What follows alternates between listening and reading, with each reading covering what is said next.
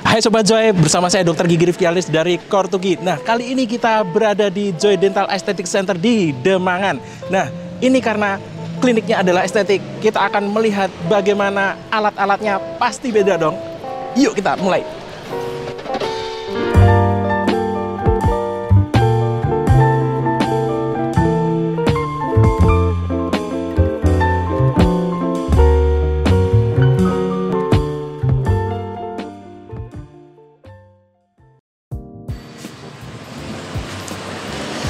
Selamat siang semuanya.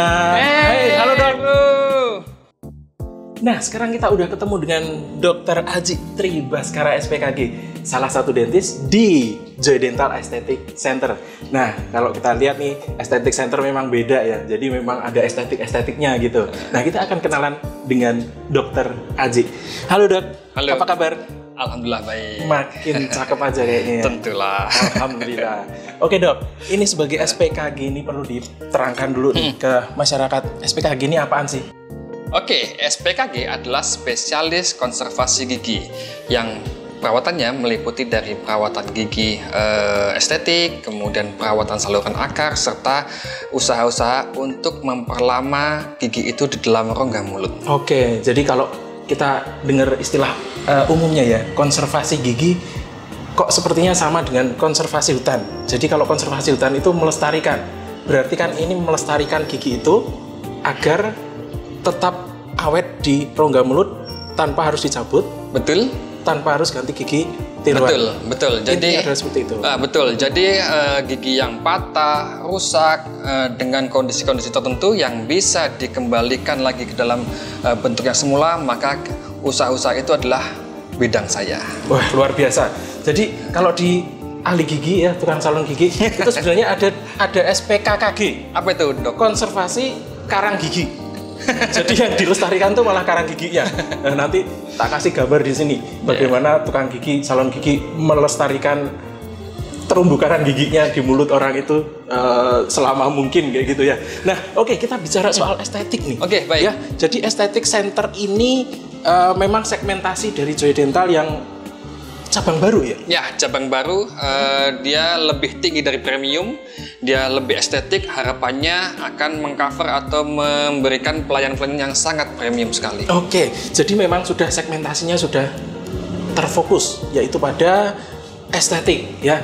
Nah, bedanya apa nih?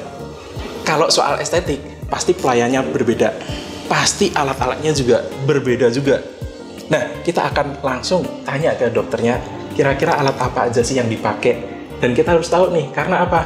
Biar nggak pada takut ke dokter gigi, ya kan? Jadi nanti fungsinya tahu, value dari alat itu tahu, ya kan? Sehingga setelah kenal, orang itu tidak takut lagi. Ya, oke. Boleh saya lihat Tentu alatnya? boleh. Ayo. Oke. Kemon, yuk. Kemon, ayo.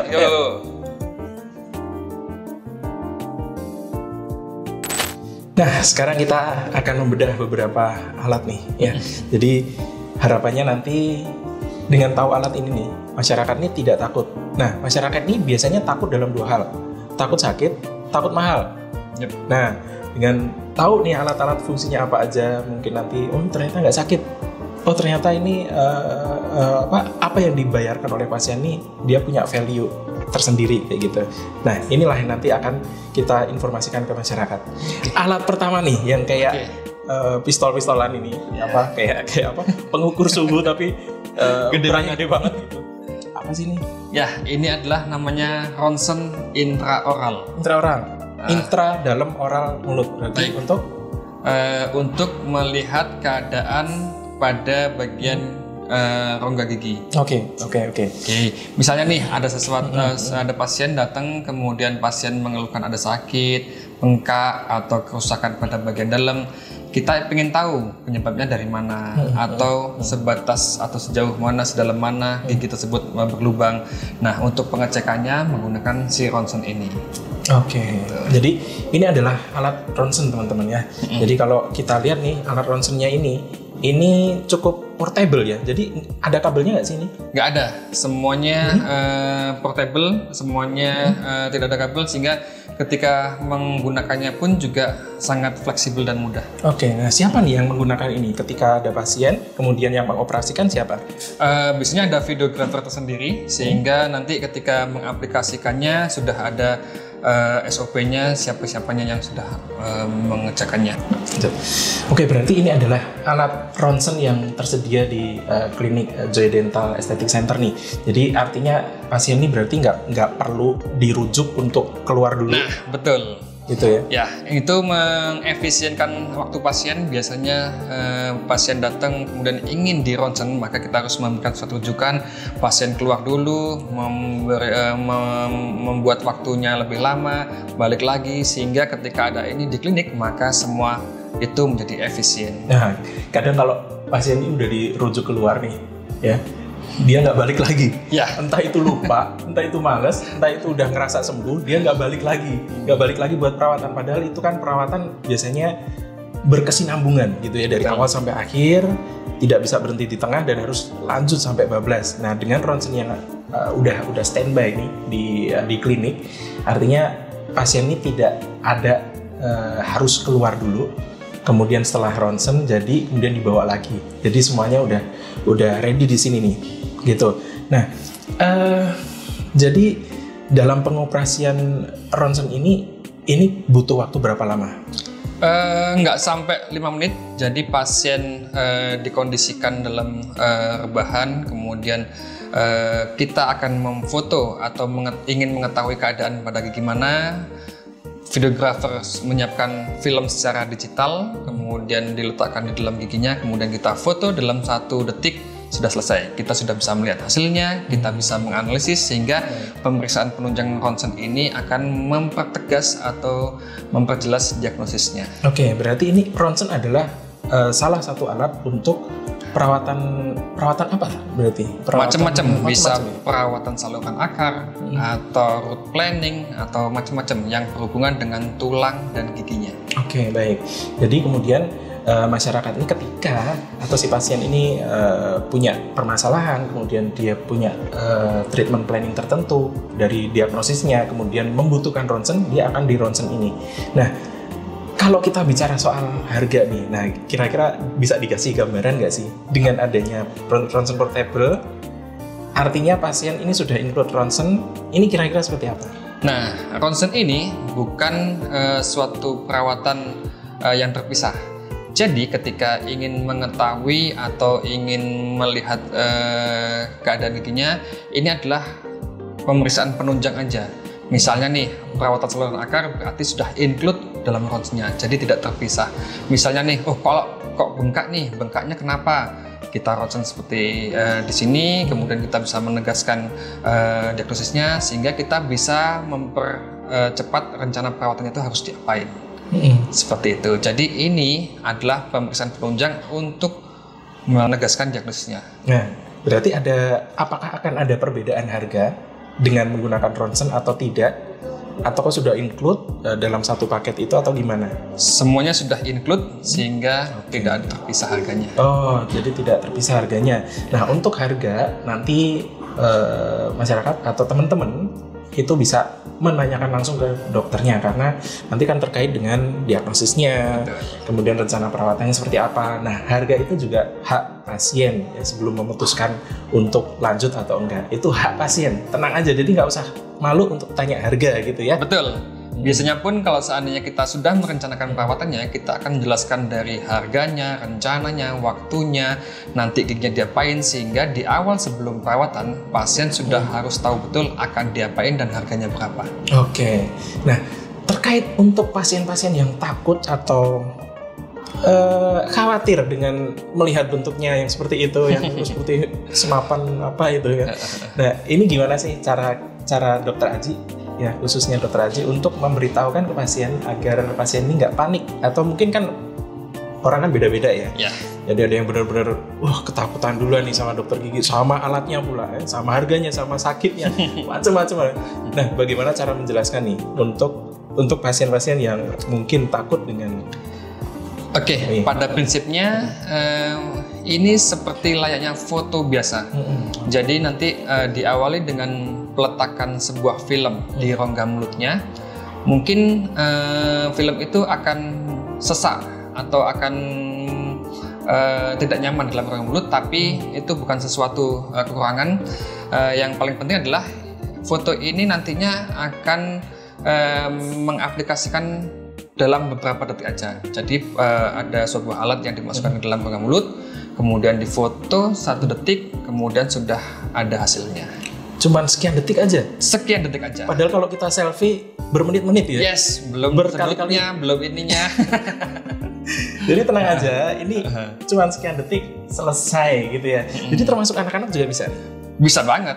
Nah, gimana cara ngasih tahu anak-anak? Nah, nanti akan ada permulaan dulu. Hey, nanti ini akan difoto, fotonya ini dalam bentuk pistol, dan nanti ini biasanya akan kita ajarkan nanti nafas yang panjang, atau nanti kalau ada sesuatu yang tidak nyaman angkat tangan kiri seperti itu. Nah, pada prinsipnya memang ada pendekatan khusus untuk anak-anak, tapi pada prinsipnya semuanya itu bisa dikerjakan dengan mudah kok. Jadi tenang aja. Untuk anak-anak tidak perlu takut karena ini tidak ada yang menyakitkan. Oke, berarti tidak ada rasa anget atau gimana gitu? Tidak ada sama sekali. Tidak ada sama sekali ya? Malah hair dryer aja lebih hangat gitu.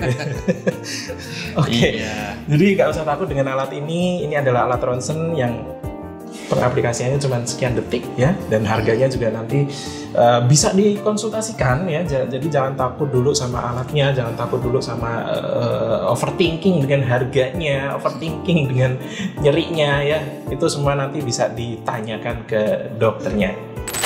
Oke, nah tadi sudah ada ronsen, sekarang pindah ke alat yang berikutnya nih. Alat apa nih? Silahkan dijelaskan Dokter Haji. Baik, ini adalah namanya endomotor. Fungsi alat ini adalah untuk perawatan saluran akar. Zaman dulu untuk melakukan perawatan saluran akar itu dia menggunakan tangan untuk membersihkan bagian dalam giginya. Oke, jadi masih manual ya? Ya, masih manual. Nah, ketika menggunakan tangan itu maka pasti lebih lama, kemudian tenaga tangan itu dia tidak terkontrol, apalagi kalau sudah 5-10 pasien gitu kan pasti ada kekurangan dari tenaganya. Dengan adanya ini semuanya menjadi efektif, cepat, dan yang paling penting adalah kekuatan untuk membersihkannya itu menjadi terkontrol. Oke. Ini bentuknya kayak bur yang di kursi gigi itu ya. Betul, jadi betul. Ini apakah cara kerjanya juga kayak bur atau nanti dikasih apa sih itu? Keluar air nggak sih? Kalau di bur di kursi gigi itu dia kan ada airnya yang fungsinya untuk membilas kotoran, kemudian mendinginkan suhu ketika membersihkan. Kalau ini dia tidak ada. Ini fungsinya hanya memutarkan sebuah alat. Alatnya tersebut berupa jarum.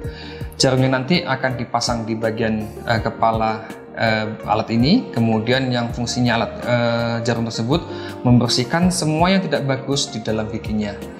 Seperti ini contohnya, ini ada jarumnya, kemudian ini ada alatnya. Alat ini nanti dipasang seperti ini. Nah, dengan adanya alat ini semuanya itu terukur dari kecepatannya, kekuatannya, sehingga dari pasien satu ke pasien lain itu quality kontrolnya itu sangat jelas sekali. Gitu. Jadi karena dia ada ukurannya ya, ada angkanya, itu bisa diatur ternyata. Nah, tadi saya mendengar ada istilah jarum nih. Jadi kalau udah jarum nih pasti tajam gitu. Yes. Nah, bagaimana ini untuk menjelaskan ke pasien bahwa ini loh, kita pakai alat yang ada jarumnya, tapi bagaimana kita menjelaskan biar si pasien ini nggak takut? Betul. Jadi yang dipastikan adalah bagaimana caranya pasien itu tidak sakit, atau kalaupun sakit hanya sangat sedikit.